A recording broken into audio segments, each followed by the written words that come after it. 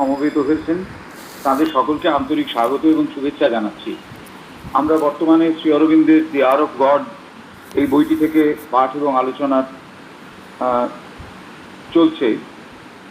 আজকের অনুষ্ঠান সূচনা হচ্ছে প্রত্যেক দিনের মতোই অনন্যার গানের মধ্যে দিয়ে। উদ্বোধনী সঙ্গীত অনন্যা দাঁ। নমস্কার। মুরলী কাঁদে রাধে রাধে বলে, মুরলী কাঁদে রাধে রাধে বলে, শ্যাম সুন্দর ভাসে নয়ন জলে, শ্যাম সুন্দর ভাসে নয়ন জলে, রাধে রাধে বলে মুরলী কাঁদে রাধে রাধে বলে, মুরলী কাঁদে রাধে রাধে বলে। দেখো যমুনা জলে শূন্য তরী রনে, শূন্য ঝলে ঝোলা নিপতরু তলে। দেখো যমুনা জলে শূন্য তরী রনে, শূন্য ঝলে ঝোলা নিপতরু তলে, রাধে রাধে বলে মুরলী কাঁদে রাধে রাধে বলে। কুঞ্জে নীরব পাখি পুচ্ছ মেলে না শিখে, পবন থাকি থাকি বিরহ নিঃশ্বাস ফেলে। কুঞ্জে নীরব পাখি পুচ্ছ মেলে না শিখি, পবন থাকি থাকি বিরহ নিঃশ্বাস ফেলে। এসো গো মানিনী মাধবী মোহিনী, এসো বিরহিণী এসো বধূবনে, এসো গো মানিনী মাধবী মোহিনী, এসো বিরহিণী এসো বধূবনে। শ্যাম শ্যাম বলে মুরলী কাঁদে রাধে রাধে বলে, শ্যাম সুন্দর ভাসে নয়ন জলে, শ্যাম সুন্দর ভাসে নয়ন জলে, রাধে রাধে বলে মুরলী কাঁদে রাধে রাধে বলে, মুরলী কাঁদে রাধে রাধে বলে।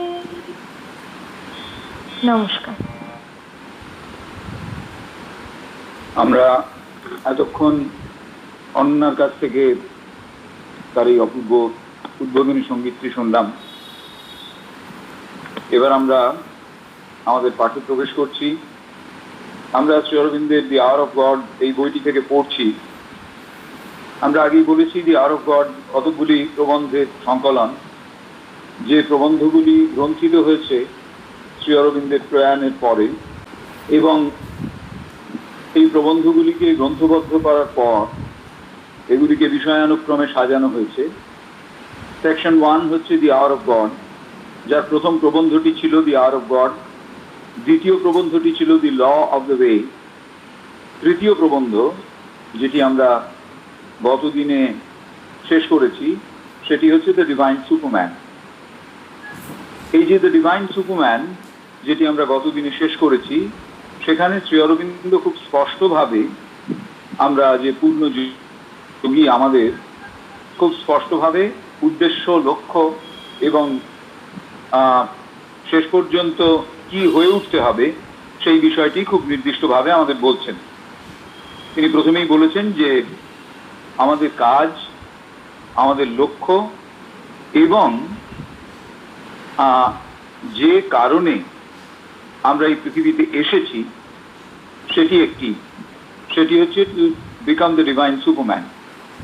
এবং তিনি বলেছেন যে এই যে দিব্য অতিমানব হয়ে ওঠা তার অন্যতম প্রধান বৈশিষ্ট্য হচ্ছে যে আমরা এমন একটি ভাবে নিজেদের জীবনকে তৈরি করব, উৎসর্গ করব, যাতে আমাদের জীবন শুধুমাত্র একটি প্রণালীর মতো হয়, একটি ভেসেলের মতো, যে প্রণালী বা যে ভেসেলের মধ্যে দিয়ে দিব্য প্রেরণা প্রবাহিত হবে। এবং এইটি হচ্ছে একেবারে খুব সুনির্দিষ্টভাবে আমাদের এই পৃথিবীতে আসবার উদ্দেশ্য, এইটি হচ্ছে আমাদের কাজ এবং এইটি হচ্ছে আমাদের লক্ষ্য। একেবারে শেষের দিকে এসে শ্রী অরবিন্দ বলছেন যে to possess these is to become the Superman. To possess these, কি কি আমাদের অর্জন করতে হবে, কি কি আমাদের ভেতরে আমাদের সমৃদ্ধ করবে। প্রথমেই তিনি বলছেন যে আমাদের নিজেদের অতিক্রম করে যেতে হবে, আমাদের নিজেদের অতিক্রম করে যেতে হবে। যখনই আমরা নিজেদের অতিক্রম করব তখনই আমরা আমাদের প্রকৃত পরিচয়ে প্রতিষ্ঠা লাভ করব। কেন না, মানুষের প্রথম প্রধান এবং একমাত্র পরিচয় হচ্ছে সে প্রতি মুহূর্তে নিজেকে অতিক্রম করে যেতে চায়, transcend his own self. Rabindranath Thakur যখন নোবেল পুরস্কার পেলেন তারপরে বিবিসিতে তাকে একটি ইন্টারভিউতে যিনি ইন্টারভিউয়ার তিনি প্রশ্ন করেছিলেন, what is the principal vice of man, মানুষের প্রধান দোষটা কি? রবীন্দ্রনাথ বললেন ইনকনসিস্টেন্সি, অর্থাৎ কোনো একটি সিদ্ধান্ত, একটি মত, একটি বিষয়ের উপরে নিরন্তর সেই বিষয়টিকে ধরে থাকতে পারে না মানুষ। প্রতি মুহূর্তে একটা বিষয় ছেড়ে অন্য বিষয়, এইটি হচ্ছে তার ভেতরকার সব থেকে বড় দোষ।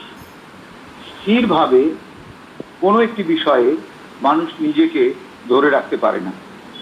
তারপরেই সেই ইন্টারভিউয়ার প্রশ্ন করেছিলেন যে what is his greatest virtue? Rabindranath বলেছিলেন the same, অর্থাৎ that is also inconsistency। এই যে ইনকনসিস্টেন্সি অর্থাৎ কোনো একটি বিষয়ের ওপরে স্থায়ীভাবে চিরকালের জন্য যুক্ত না হয়ে থাকা একটি বিষয়ের সঙ্গে, সেইটি যেমন তার দোষ তেমনি তার সবচেয়ে বড় গুণ। তো এই যে সবচেয়ে বড় গুণ, তার কারণ হচ্ছে প্রতি মুহূর্তেই মানুষ চেতনাগতভাবে যেখানে এসে মনে করে এখানে তার সীমা, তাকে সে ছাড়িয়ে যেতে চায়। সুতরাং বলছেন transcend thyself, become thyself. We can become ourselves by transcending ourselves. তারপরে শ্রী অরবিন্দ বলছেন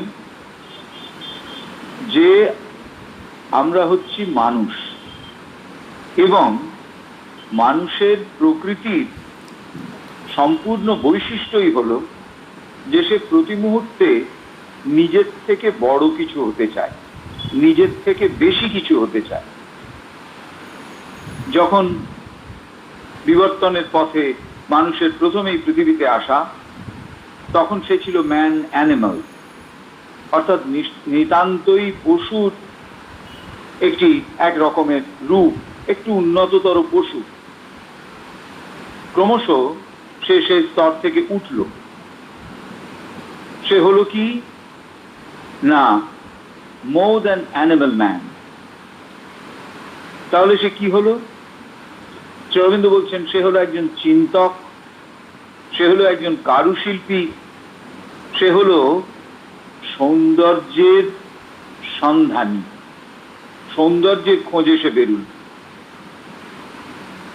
এবং চিন্তার কথায় আমরা যখন আসি, তখন সেখানে শ্রী অরবিন্দ বলছেন যে মানুষ হয়ে উঠবে একজন চিন্তকের থেকে বড় কিছু,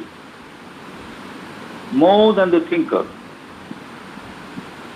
কি হয়ে উঠবে মানুষ more than the thinker? The seer of knowledge,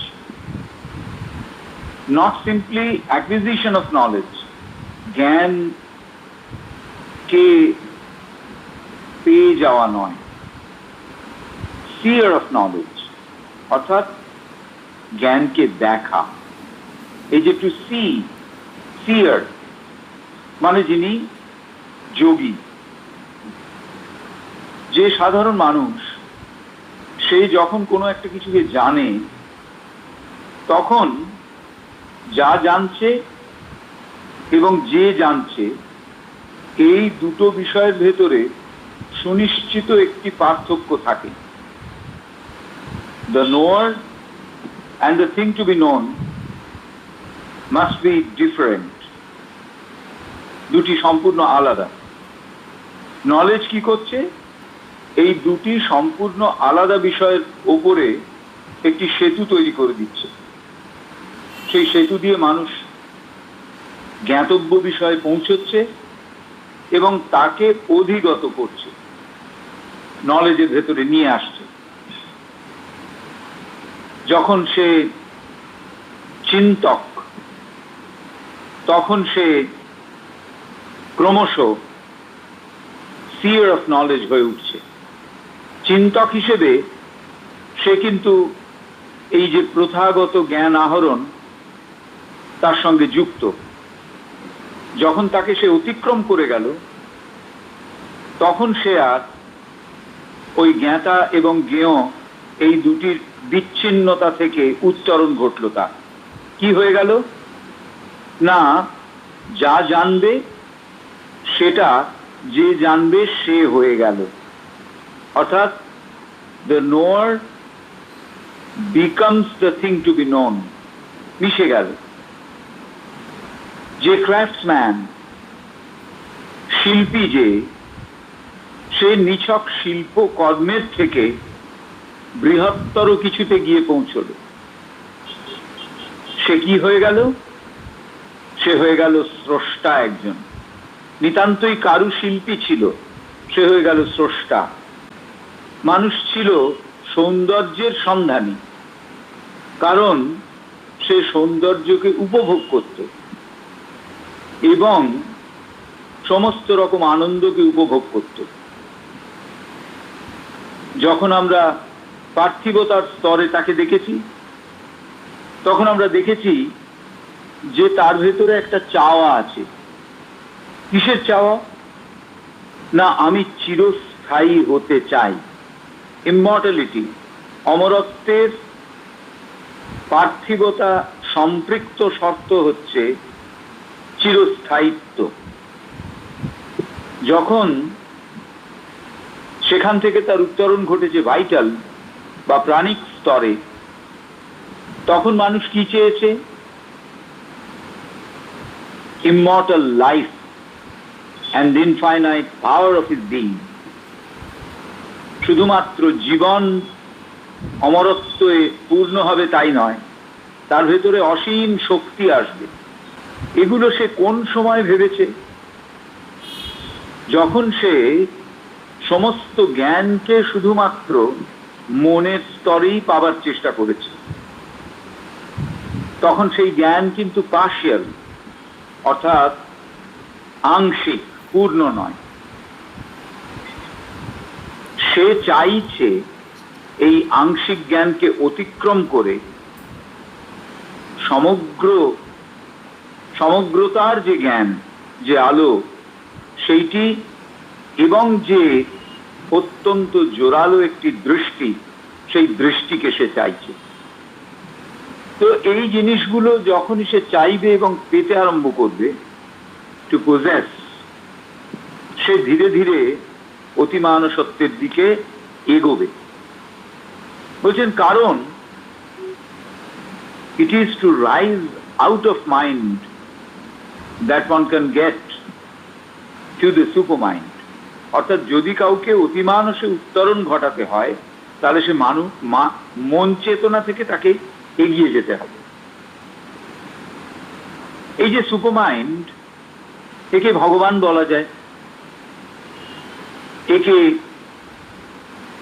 শুধু মাইন্ড বলা যায়, একে পরম জ্ঞান বলা যায়, আবার একে অতিমানসও বলা যায়। এটি হচ্ছে শক্তি এবং আলোক আর ভগবানের ইচ্ছা এবং দিব্য চেতনা। ভগবানের ইচ্ছা সেটি হচ্ছে শক্তি, আর দিব্য চেতনা সেটি হচ্ছে আলোক। এই যে অতিমানস, তার মধ্যে দিয়ে অতিমানসের সাহায্যে আমাদের ভেতরকার যে দিব্য সত্তা, তিনি কি করেন না, তিনি দেখেন, তিনি দেখলেন এবং নিজেকে এই জগতের মধ্যে সৃষ্টি করলেন। অর্থাৎ যখনই আমরা আমাদের চেতনাকে অতিমানসের দিকে নিয়ে যাওয়ার চেষ্টা করব, তখনই আমাদের অন্তর্গত যে দিব্য সত্তা তিনি দেখবেন এবং নিজেকে সৃষ্টি করবেন এই পৃথিবীর ভেতর দিয়ে, যিনি অতিমানস চেতনায় উত্তরণ হয়েছেন তাঁর সাহায্যে। এর ফলে যিনি অতিমানস চেতনায় যার উত্তরণ ঘটেছে, তিনি he lives in them and governs them, সকলের মধ্যে তাঁর বাস এবং সকলকে তিনি পরিচালিত করছেন।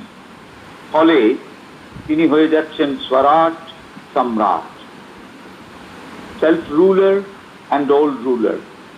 স্বরাট, যিনি নিজেকে নিজে নিয়ন্ত্রণ করতে পারেন, পরিচালিত করতে পারেন, অ্যান্ড অল রুলার, যিনি সবাইকে পরিচালিত করতে পারেন।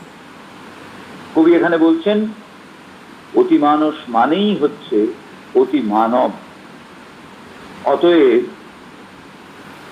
To rise beyond mind is the condition. শর্ত একটাই, যে আমাদের মন চেতনার ঊর্ধ্বে উঠতে হবে। বলছেন যে যদি কেউ অতিমানব হয়ে ওঠে, তাহলে সে খুব স্বাভাবিকভাবেই একটি দিব্য জীবনের ভেতর দিয়ে চলে, তার জীবনটি দিব্য হয়ে ওঠে। অর্থাৎ ধীরে ধীরে তার ভেতরে দেবতার নানান লক্ষণ প্রকাশ পায়। কেন? এই যে গডস যাদের আমরা বলি, দেবতাদের একটু নিম্নস্তরীয় দেবতা যাদের সঙ্গে আমাদের নিয়মিত যোগাযোগ, তারা হচ্ছেন আসলে সেই পরম যে ভগবান, তার এক একটি শক্তি। শ্রী অরবিন্দ বললেন, be a power of God in humanity. মানব জাতির ভেতরে ভগবানের শক্তি, এইটি তোমাকে হয়ে উঠতে হবে। তারপর বলছেন, to live in the divine being and let the consciousness and bliss, the will and knowledge of the Spirit possess thee and play with thee, and through thee, this is the meaning. অর্থাৎ বলছেন, to live in the divine being, দিব্য সত্তার ভেতরে বাস করতে হবে এবং সেই দিব্য সত্তার অন্তর্গত চেতনা এবং আনন্দ, তাদের ইচ্ছা শক্তি এবং জ্ঞান, the will and knowledge car of the spirit, যে স্পিরিট জেগে উঠেছেন সেই স্পিরিটের, এর ভেতরে যেন একটা নাটকের অভিনয় চলছে। অ্যান্ড এই নাটকের অভিনয়ের ভেতরে কিরকম না, অভিনয় হচ্ছে সেই পরমকে নিয়ে এবং পরমের ভেতর দিয়ে। এইটি হচ্ছে তোমার রূপান্তর। শ্রী অরবিন্দ বলছেন এইটি হচ্ছে তোমার রূপান্তর। ট্রান্সফিগারেশন of thyself on the mountain। এর ভেতর দিয়ে আবিষ্কার করতে হবে ভগবানকে তার আত্মস্বরূপে। শুধু তাই নয়, আমার মধ্যেও, গড ইন thyself, আমার মধ্যে তাকে উপলব্ধি করতে হবে এবং তার কাছে মেলে ধরতে হবে। রিভিল হিম টু thyself, নিজেকে মেলে ধরতে হবে সমস্ত খুঁটিনাটি ব্যাপারে।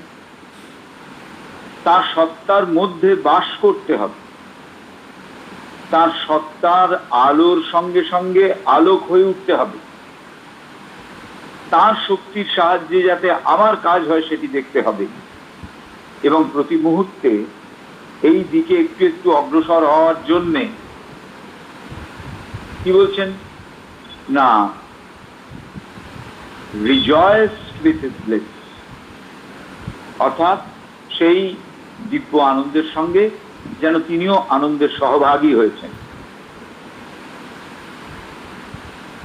তারপর বলছেন live in his being, shine with his light, তার অস্তিত্বের জন্যে live in his being,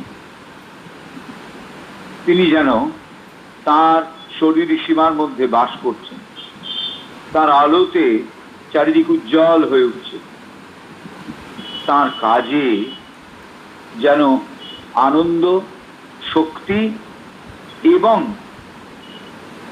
পরম আনন্দ এইগুলি যেন একই সঙ্গে আমরা পাচ্ছি। শ্রী অরবিন্দ বলছেন, be that fire and that sun and the ocean, আগুন, সূর্য এবং মহাসমুদ্র। be that joy and greatness and that beauty, সেই মহত্বের আনন্দ এবং প্রকৃতি সৌন্দর্যের মহত্ব, এইগুলো যেন তিনি দেখছেন। সবশেষে লিখছেন, when thou hast done this evening part, thou hast attained to the first steps of superhumanity। বলা হচ্ছে যখন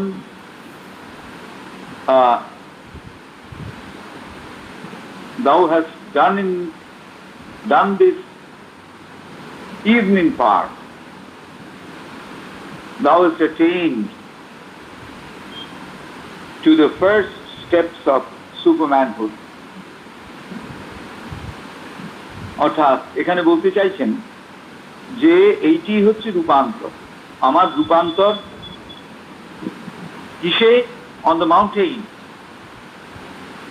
আমার কাজ কি? To discover god in thyself, আমার নিজের ভেতরে ভগবানকে আবিষ্কার করব এবং তাকে উন্মোচিত করব সমস্ত কাজের ভেতর দিয়ে। তার সত্তার সঙ্গে বাস করব, তার আগুনের সঙ্গে অ্যাকোয়েন্টেড হব এবং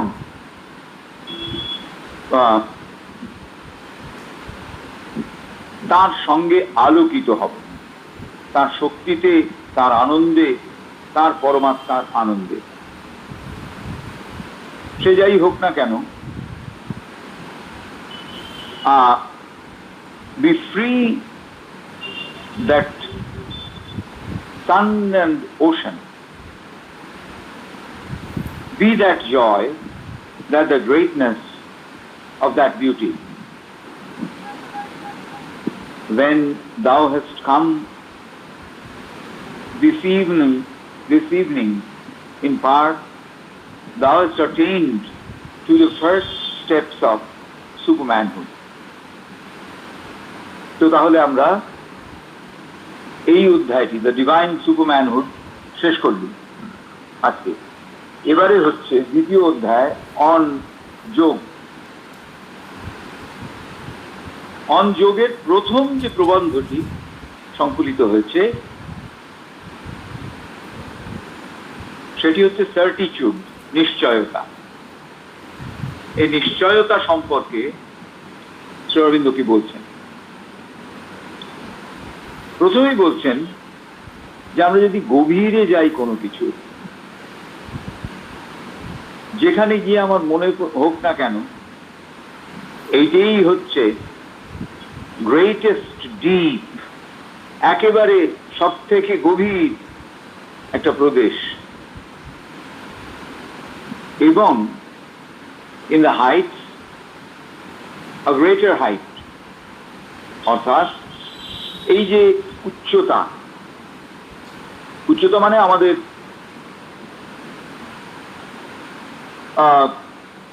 আমাদের যে একটা গভীরতার মধ্যে দিয়ে এই বিষয়গুলোকে গ্রহণ করা, সেইটি আমাদের মনে রাখতে হবে। Sooner shall man arrive at the holders of infinity than at the fullness of his own business. For that being is infinity.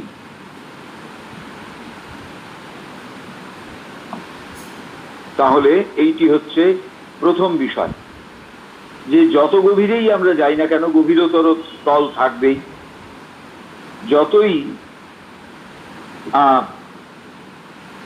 একটা বিরাট হলঘর, সেখানে আমরা যখন যাই, বা বলা যায় একটা বিরাট সমুদ্র, সেই সমুদ্রের একেবারে গভীরে আমরা যখন পৌঁছচ্ছি, একেবারে গভীরে নামবার চেষ্টা করছি, যেখানটা গিয়ে প্রাথমিকভাবে আমাদের মনে হচ্ছে এটাই বোধ হয় সব থেকে নিচের বিন্দু, দেখা যাচ্ছে না আরো রয়েছে। ঠিক সেই রকম আমরা যদি উপরের দিকে উঠি, তাহলে যত দূর উঠি না কেন, তার উপরে আমাদের বিস্তৃতি থাকবে। তো একদিকে গভীরতার কোনো সীমা পরিসীমা নেই, আরেক দিকে উচ্চতার কোনো সীমা পরিসীমা নেই। তাই প্রথমেই বললেন, in the deep there is a great deep, greater deep, in the height a greater height. তারপরে শ্রী অরবিন্দ বলছেন, খুব দ্রুত মানুষ একটা সীমায় এসে পৌঁছবে। কার সীমা? না, অনন্তের সীমা, বর্ডার্স অফ ইনফিনিটি। এই যে বর্ডার্স অফ ইনফিনিটি, এটা কিন্তু এখানে একেবারেই তার sooner shall man arrive at the border of infinity, যা অনন্ত, তাকেও যেন ঘিরে একটা বর্ডার রয়েছে, এবং সেইখানে মানুষ এসে পৌঁছচ্ছে। কিভাবে এসে পৌঁছচ্ছে? at the fullness of his own being, তার যে ব্যক্তি সত্তা, তার পূর্ণতা নিয়ে সেখানে পৌঁছচ্ছে। সেই ব্যক্তিত্বের ভেতরকার মূলগত সুর কি? Infinity, god. তো তাহলে এইটি হচ্ছে মূল কথা। দেখুন, তিনটি বাক্যে খুব পরিষ্কার। প্রথমেই বলছেন, যত গভীরে যাই না কেন, গভীরতর পরিসর রয়েছে, যত উচ্চতায় যাই না কেন, উচ্চতর পরিবেশ রয়েছে। আজ বা কাল এরকম একটা সীমানার দিকে মানুষ এসে দাঁড়াবে, বর্ডার্স অফ ইনফিনিটি, অনন্তের যেন সীমানাটা। এবং সেটা কিভাবে হবে? Fullness of his own being, অর্থাৎ তার নিজস্ব সত্তার যে পূর্ণতা, তার থেকে অনেক বেশি ফুলনেস রয়েছে যেন ওই সত্তার ভেতরে। সুতরাং এই জায়গাটি আরেকটু যেন গভীরে নিয়ে যায় আমাদের, অতি দ্রুত। এরকম ঘটতে ঘটতে মানুষ একটা সময়ে এসে পৌঁছবে একটা ইনফিনিটি, অনন্তের প্রান্ত সীমায়, এবং সেখানে fullness of his own being, তার ভেতরকার সত্তার পরিপূর্ণ হয়েছে, সেই কথাটি যেন এখানে বলতে চাইছেন। For that being is infinity is God. For that being is infinity is God. অর্থাৎ এই যে সত্তা, এই সত্তাটি হচ্ছে অনন্ত এবং ইনি হচ্ছেন ভগবান। তো তাহলে বলা হলো যে একটা সময় মানুষ এসে এটা বুঝবে যে বর্ডার্স অফ ইনফিনিটি, সেইটি যখন সেখানে সে পৌঁছবে তখন সে তার সত্তার পূর্ণতায় গিয়ে পৌঁছবে, কারণ সেই সত্তাই হচ্ছে একেবারে ইনফিনিটি, ভগবান। এরপর বলছেন যে এই অনন্ত শক্তির প্রতি আমার একটা ভেতরের আস্পৃহা জাগছে। I aspire to infinite force, infinite knowledge, infinite bliss. Can I attain it? ভগবানকে জিজ্ঞেস করছেন যে I aspire to infinite force. আমার ভেতরে এরকম একটি অভিপ্সা জাগলো যে আমি অনন্ত শক্তিকে আমার মধ্যে নিয়ে আসবো। ইনফাইনাইট নলেজ, জ্ঞান অসম্পূর্ণ। ইনফাইনাইট ব্লেস, আনন্দ অসম্পূর্ণ। তো তাহলে এই রকম যে একটি বিষয় সেখানে জিজ্ঞেস করছেন, কোথায় জিজ্ঞেস করছেন না যখন আমরা ভাবছি, যখন আমরা অ্যাসপায়ার করছি ইনফাইনাইট নলেজ, ইনফাইনাইট ব্লেস, আমরা কি এটা পেতে পারি? যেন উত্তরটা আসছে yes. But the nature of infinity is that it has no end. Say not therefore that I attain it. অর্থাৎ এই যে বলা হলো I aspire to infinite force, infinite knowledge, infinite bliss. Can I attain it? সেই অ্যাটেইনের উত্তর এখানে এসে মা দিচ্ছেন এই সেন্টেন্সে যে তা নয়। Say not therefore that I attain it. সেই জন্য বললেন অতএব এটা মেনে চলো যে আমি এটা অ্যাটেইন করবো, পাবো, যে তা নয়। I become it. I become it. অর্থাৎ এখানে বলছেন যে আমি তা হয়ে গেলি। I aspire to many infinite force, infinite knowledge, infinite bliss. Can I attain it? The voice said, yes. But the nature of infinity is that it has no end. অর্থাৎ এই যে প্রশ্নটা যে আমি কি পেতে পারি অনন্ত শক্তি, অনন্ত জ্ঞান, অনন্ত আনন্দ, এগুলো কি পেতে পারি? তার উত্তরে যোগী বলবেন হ্যাঁ, সাধক বলবেন হ্যাঁ, ইয়েস। কিন্তু the nature of identity is that it has no end. এই যে একই রকম দেখতে, এর কোনো শেষ নেই। অতএব এমন কথা বলার প্রয়োজন নেই যে আমি এটা চাইছি, এটা আমার হবে। বলার দরকার কি I become it. এক সময় আমি এটা হয়ে উঠি। একমাত্র এই ধরনের মানুষই attain God.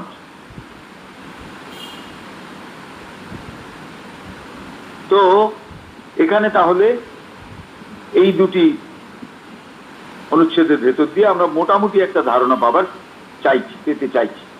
But before attaining he can enter into relations with him. Before attaining, অর্থাৎ পাওয়ারকে অ্যাটেইন না করে তিনি খুব সহজেই রিলেশনস উইথ হিম, অর্থাৎ তার সঙ্গে সুগভীর সম্পর্কে যুক্ত হতে পারতেন, ভগবানের সঙ্গে সুগভীর সম্পর্কে যুক্ত হতে পারতেন। To enter into relations with God is yoga. To enter into relations with God is yoga. Yogi, to enter into relations with God. দিব্যের ভগবানের সঙ্গে কোনো একটি বিষয়ে কি হওয়া, এখানে ক্রিয়াপদটি লক্ষ্য করবার মতো। Only one can attain God by becoming God. ভগবানকে একজন পেতে পারে কিভাবে? না, ভগবান হয়ে উঠে, তার আগে না। তাই বলছেন, to enter into the realms with God is yoga, the highest rapture and the noblest utility. একে শ্রী অরবিন্দ বলছেন the highest rapture, একটা বিরাট আনন্দ, আর and the noble unity, সেই অদ্ভুত মহান আশ্চর্যের যে একীভূত অবস্থা আমরা দেখেছি, একত্ব আমরা দেখেছি, সেইটি বলছেন যে সম্পর্ক রয়েছে কিরকম? within the compass of the humanity we have developed. Within the compass of humanity we have developed. তো এরা হচ্ছে কিরকম? প্রার্থনা, পূজা, শ্রদ্ধা জ্ঞাপন করা, নিজেকে দিয়ে দেওয়া, চিন্তা, বুদ্ধি, বিজ্ঞান এবং ফিলসফি। তাহলে ভগবানকে পাবার আগে তার সঙ্গে একটা সম্পর্ক তৈরি করতে হবে, এবং এই রকম সম্পর্ক তৈরি করতে গেলে, ভগবানের সঙ্গে করতে গেলে একমাত্র পথ যোগ সাধনা, যার একেবারে উচ্চতম বিন্দুতে আমরা এরকমই আনন্দের একটা পরিপ্রকাশ পাবো, একটা নোবেল মহৎ কাজের সঙ্গে যুক্ত হবার একটা ব্যাপার, অর্থাৎ এইরকম ব্যাপারে আমরা যুক্ত হয়ে পড়ব। There are relations within the compass of the humanity we have developed. অর্থাৎ মানসিক খাদ্যের সঙ্গে সম্পর্ক রহিত এরকম কোনো কিছু রিলেশনস, অর্থাৎ এইরকম সম্পর্কিত কোনো কিছু মানুষই চেতনার বৃত্তের মধ্যে, সেইটি we have developed, সেইটি তৈরি করা গেছে, বা সেটি ঘটে উঠতে দেওয়া গেছে। These are called prayer, worship, adoration, sacrifice, thought, etc. There are other relations beyond our developed capacity, but within the compass of the humanity we have yet to develop. এগুলো কি না? যে রিলেশনের কথা বলা হচ্ছে, এই রিলেশনকে বলছেন those are the relations that are attained by the various practices we usually call yoga. অর্থাৎ নানান রকম অভ্যাসের ভেতর দিয়ে এটি তৈরি হয়েছে। বলছেন অন্যান্য সম্পর্ক আছে বিয়ন্ড আওয়ার ডেভেলপড ক্যাপাসিটি, যা আমাদের যেরকম যতদূর পারঙ্গমতা তাকে অতিক্রম করে যায়, কিন্তু ভেতরে অন্তরে the compass of the humanity we have yet to develop. আমাদের ভেতরে একটা compass of the humanity, মানুষের একটা দিক নির্দেশিকা, সেইটি এখনো আমরা তৈরি করে উঠতে পারি। We are yet to develop. তাহলে কিরকম হবে? না, অন্য রকমের সমস্ত রিলেশন আছে। তার আগে বলেছেন যে এই যে রিলেশন, একে বলা হচ্ছে prayer, worship, adoration, sacrifice, thought, faith, science, philosophy. এর প্রত্যেকটি হচ্ছে যেন একটি বিশেষ উপায়ে ভগবানের সঙ্গে মিলিত হবার জন্য পূজা, শ্রদ্ধা জ্ঞাপন, ত্যাগ, চিন্তা, বিশ্বাস, বিজ্ঞান এবং দর্শন। এটি হচ্ছে কিছুই নয়, শুধুমাত্র রিলেশনশিপের নেচারটা রিভিল করবার জন্য। অন্যান্য সম্পর্ক সেখানে আছে, আমাদের যতদূর সম্ভব আমরা পারি তার চেয়েও বড় কিছু। beyond our developed capacity. But within the compass of humanity, we have yet to develop. কিন্তু মানুষই চেতনার বৃত্তে এখন এটা ডেভেলপ হয়নি। যারা relations that are attained by various practices we usually call yoga, এরা হচ্ছে নানান রকম সমস্ত প্যাটার্ন, যেগুলো অভ্যাসের ভেতর দিয়ে আমরা বলি হ্যাঁ এটা যোগাভ্যাস, যোগাভ্যাস করা হচ্ছে ইত্যাদি।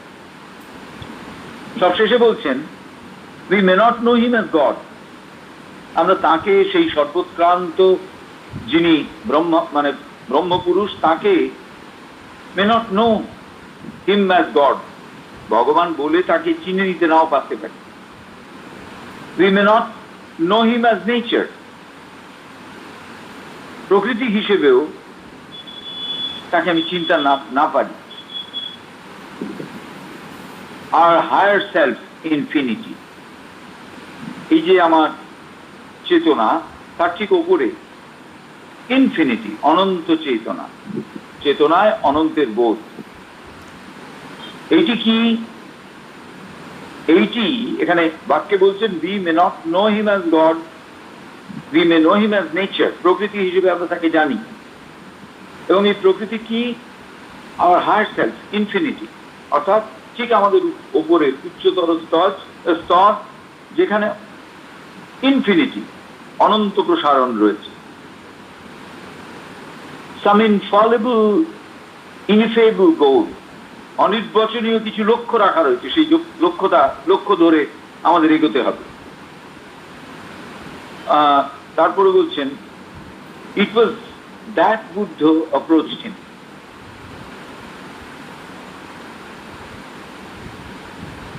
it was on the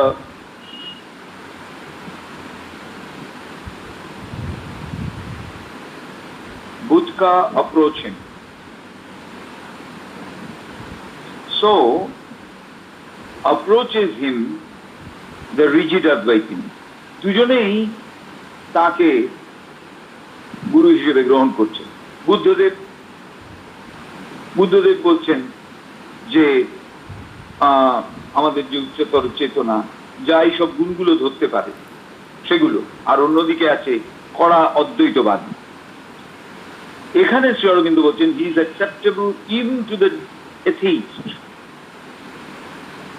to the materialist he disguises himself in matter, for the nihilist he waits ambushed in the bosom of annihilation.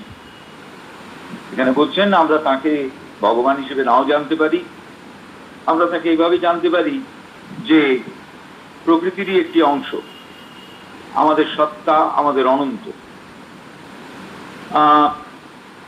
এবং এর ভেতরে আমাদের রয়েছে কিছু ইনএফেবল গোল, বর্ণনাতীত কয়েকটা গোল। এটাতে আরো দেখা গেছে যে some infallible goal to which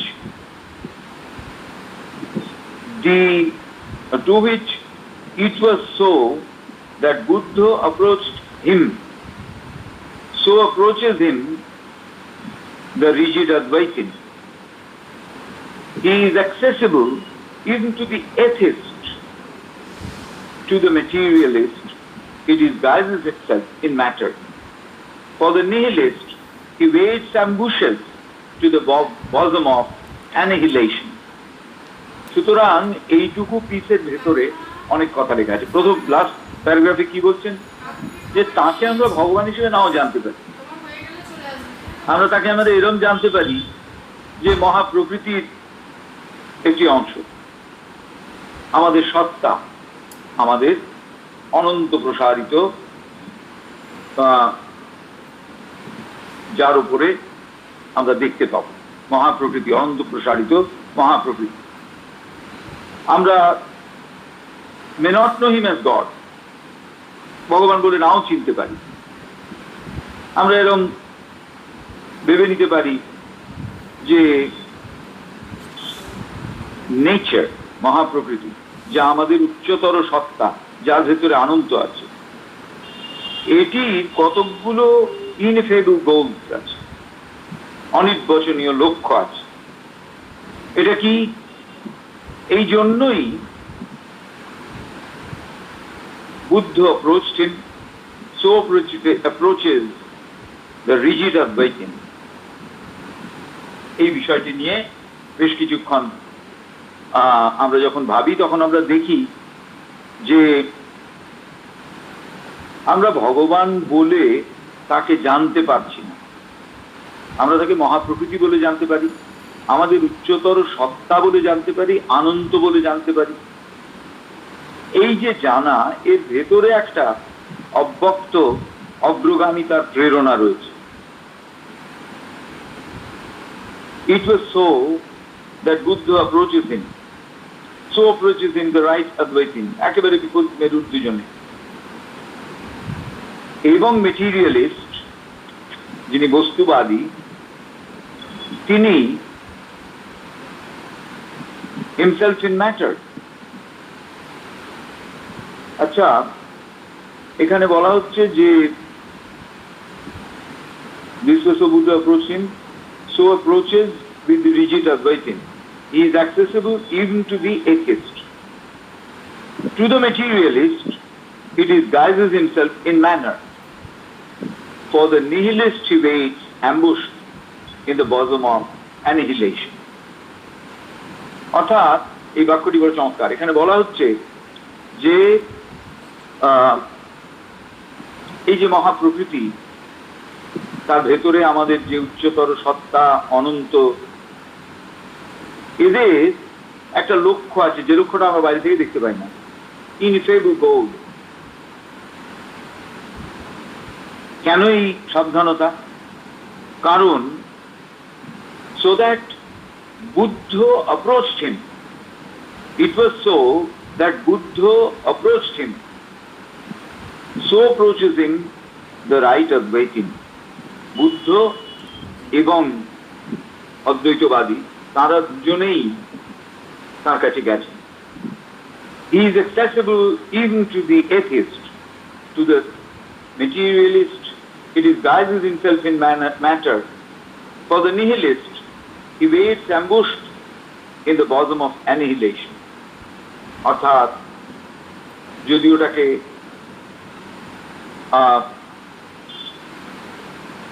we may know him as nature, প্রকৃতি হিসেবে যদি আমরা তাকে জানি, আমাদের উচ্চতর সত্তা, অনন্ত, কতকগুলো এমন লক্ষ্য যেগুলো অনির্বচনীয়, সেই সব।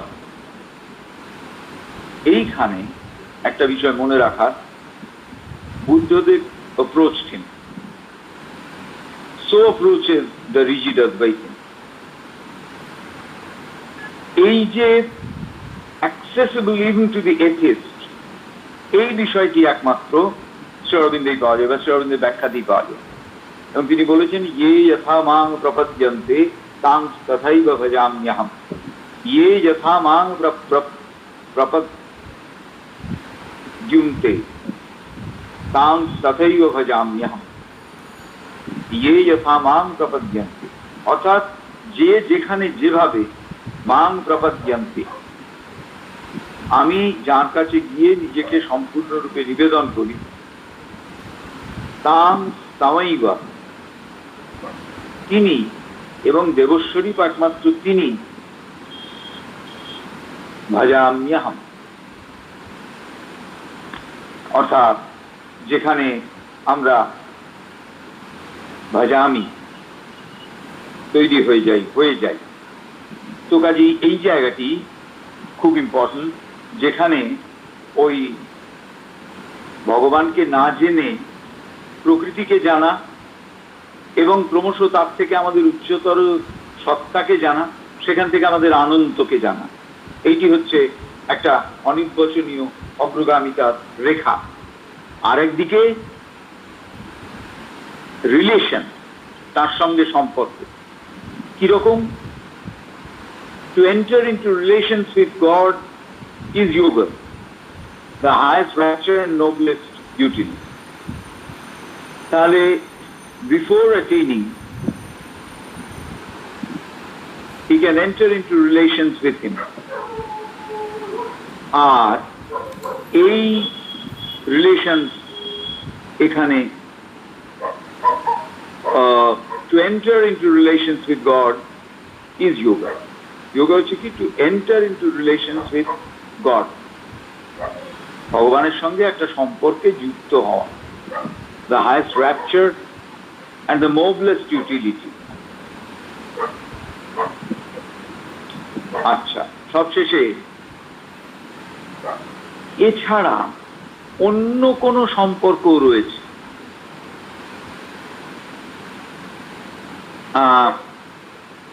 Prayer, worship, adoration, sacrifice, thought, faith, একই। অতএব তার ভেতরে এমন সম্পর্ক রয়েছে যা আমাদের এই যে ডেভেলপড ক্যাপাসিটি, অর্থাৎ নতুন করে জেগে ওঠা যে পারঙ্গমতা, তার সেই যে সম্পর্ক, সেই সম্পর্কটাই হচ্ছে একটা মানুষের ভেতরের একটা ডেভেলপ, এগিয়ে চলবার একটা প্রেরণা। Those are the relations, এরাই হচ্ছে সম্পর্ক যেটা পাওয়া যায় নানান রকম অভ্যাসের ভেতর দিয়ে, যাকে আমরা যোগ বলে থাকি। তো এই হচ্ছে নিশ্চয়তা বা সার্টিটিউড। যোগের পথে, পূর্ণ যোগের পথে বিশেষ করে নিশ্চয়তা একটা অত্যন্ত গুরুত্বপূর্ণ বিষয় বলে ধরে নেওয়া হয়। তো কাজেই এইটি হচ্ছে সার্টিটিউড। আজকে আমরা আমাদের আলোচনা এখানেই শেষ করছি। কারণ যদি কোনো প্রশ্ন বা সংযোজন থাকে তাহলে করতে পারেন। দাদা একটু বলছি, আপনি তো প্রত্যেকটা প্রবন্ধ কখন রচিত হয়েছিল এবং প্রথম প্রকাশকাল একটু বলে দেন স্ট্র্যাটেজির ব্যাপারে যদি। আচ্ছা আচ্ছা, হ্যাঁ হ্যাঁ, এইটা আমি ভুলে গেছি, আমি বলে দিচ্ছি। হ্যাঁ, সার্টিটিউড হচ্ছে যে এটি খুব একেবারে নিশ্চিতভাবে এর তারিখ বোঝা যায় না, তবে মোটামুটি ভাবে এরকম বোঝা যায় যে শ্রী অরবিন্দ যখন প্রথম পন্ডিচেরি পৌঁছলেন, অর্থাৎ 1910 থেকে মোটামুটি মায়ের আশা এর মাঝামাঝি, এবং আরো যদি একটু ঠিক করে দেখা যায় 1911 থেকে 1913 এর মধ্যে প্রকাশিত হয়েছিল। এটা প্রথম দি অ্যাডভেন্ট বলে একটি ম্যাগাজিন বেরুতো আশ্রমে, যে ম্যাগাজিনটি পরে বিদ্রোহণ হয়। সেই অ্যাডভেন্টে 1957 ফেব্রুয়ারিতে বেরিয়েছিল,